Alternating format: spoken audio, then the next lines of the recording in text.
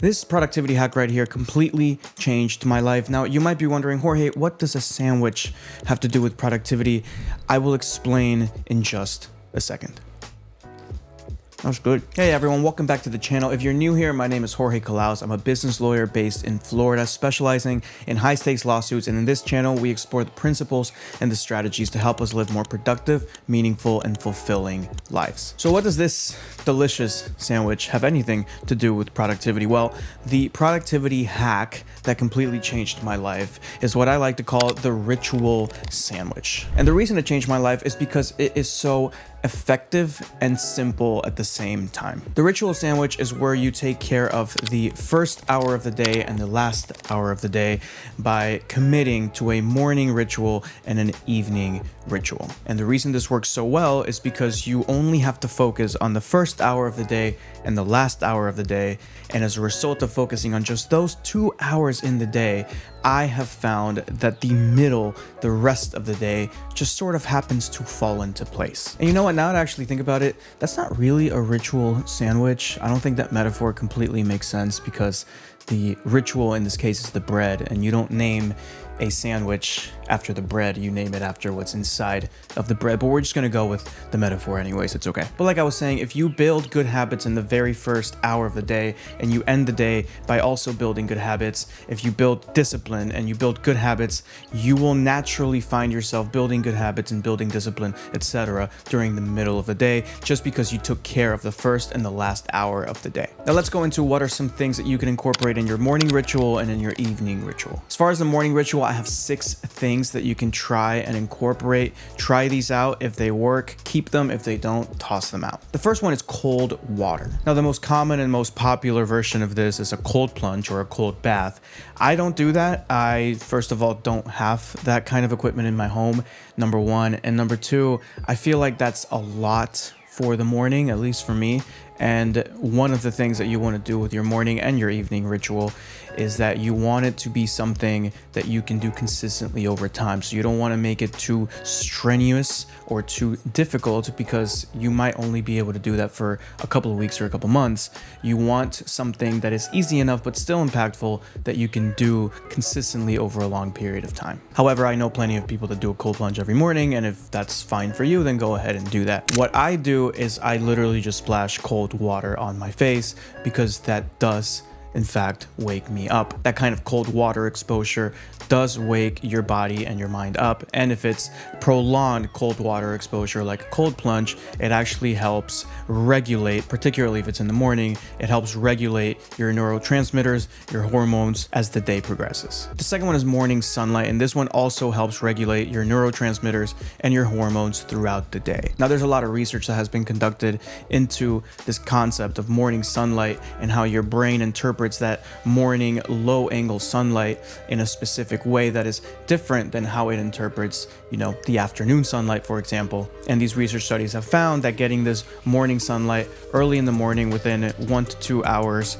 of waking up does wonders for the regulation of your neurotransmitters like dopamine and serotonin, and for the regulation of your hormones, which are largely responsible for your mood throughout the day. So one of the ways that this morning sunlight works, particularly if you couple it with evening sunlight, is that it helps set your circadian rhythm. Your circadian rhythm is your 24-hour cycle that your brain and your body go through every single day. And so when you're consistently getting morning sunlight every single morning, and even better if you're also getting evening sunlight every single evening, it helps set your circadian rhythm and it helps regulate it. And with a healthy, regulated circadian rhythm, everything starts to work more like clockwork. A third one is meditation, and I like to look at meditation in a way that Kobe Bryant, may he rest in peace, once described.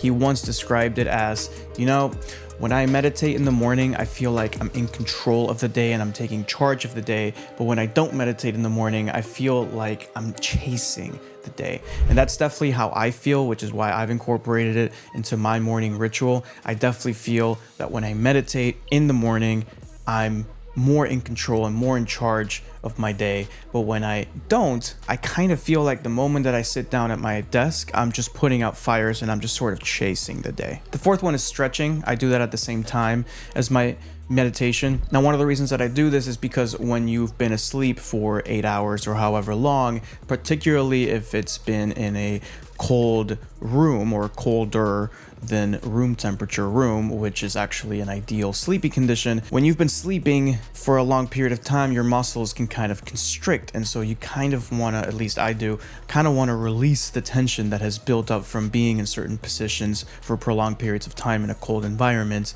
for the entire night. Also, the stretching helps you wake up, and also stretching every day is very good for mobility, especially as you get older. A fifth thing that you can do is exercise. I do not exercise in the morning. It's too much for me to do that every single morning. I prefer to do it in the afternoon when I can really go hard on my workout. But I know people that they say if they don't do it in the morning, they're just not going to do it at all. So like I've mentioned before, figure out what works best for you. My exercise in the morning consists of my sunlight walk, where I go outside and I take a 20 to 30 minute walk. I walk my dog, I get my morning sunlight. That's my exercise for the morning. And a sixth one that you can do is learn something, whether that's a book or a YouTube video or a podcast or an audio book, whatever it may be. Taking 15 or maybe 30 minutes every single morning to learn something new or to work on your craft is a great way of building good habits. And when you do that every single day over a long period of time, what you will find is that you will have either learned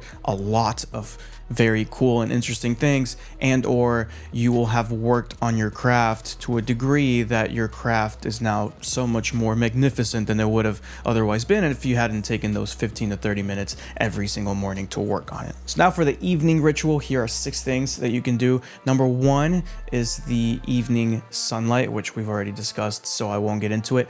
Number 2 and number 3 and number 4 are kind of related to this concept of lighting and sunlight.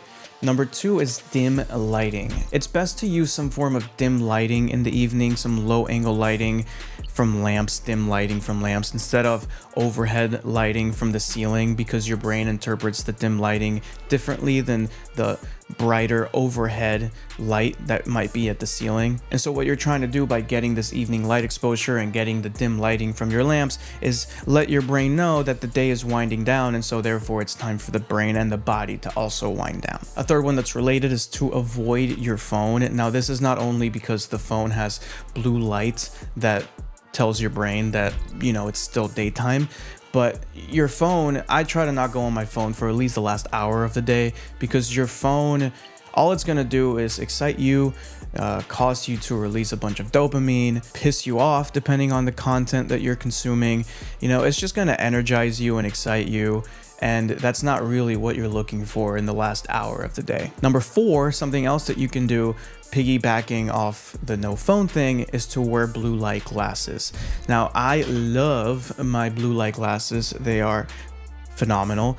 And the reason I love them is because when I started working and I started sitting in front of a computer all day, I started getting really bad headaches. I want to say really bad, but I started getting very frequent headaches. And I kid you not that the moment that I bought these, they completely went away. So if you're somebody that, you need to watch some sort of television to relax and to fall asleep at night, I highly recommend getting yourself a pair of blue light glasses so the light from the computer is not tricking your brain into believing that it's still daytime outside. And finally, one last thing that you can do in your evening routine is one that I already mentioned for the morning ritual, which is reading or learning of some sort. Now, for this one, I specifically say reading because I have found, and I really don't know why, to be honest with you. I wish I could tell you why. I wish I could give you more information on this. I really don't know why, but I have found that when I read before bed, I sleep so much better. And I really don't know why, but I just know that I do. I know a lot of people say that reading in bed helps them fall asleep because it makes their vision and their eyes tired, and so they want to close their eyes and go to sleep. That's also another benefit of reading. And another benefit of reading or learning something before you go to bed is that if you're doing it every day over enough time, that learning is going to compound and you're going to learn a lot of things.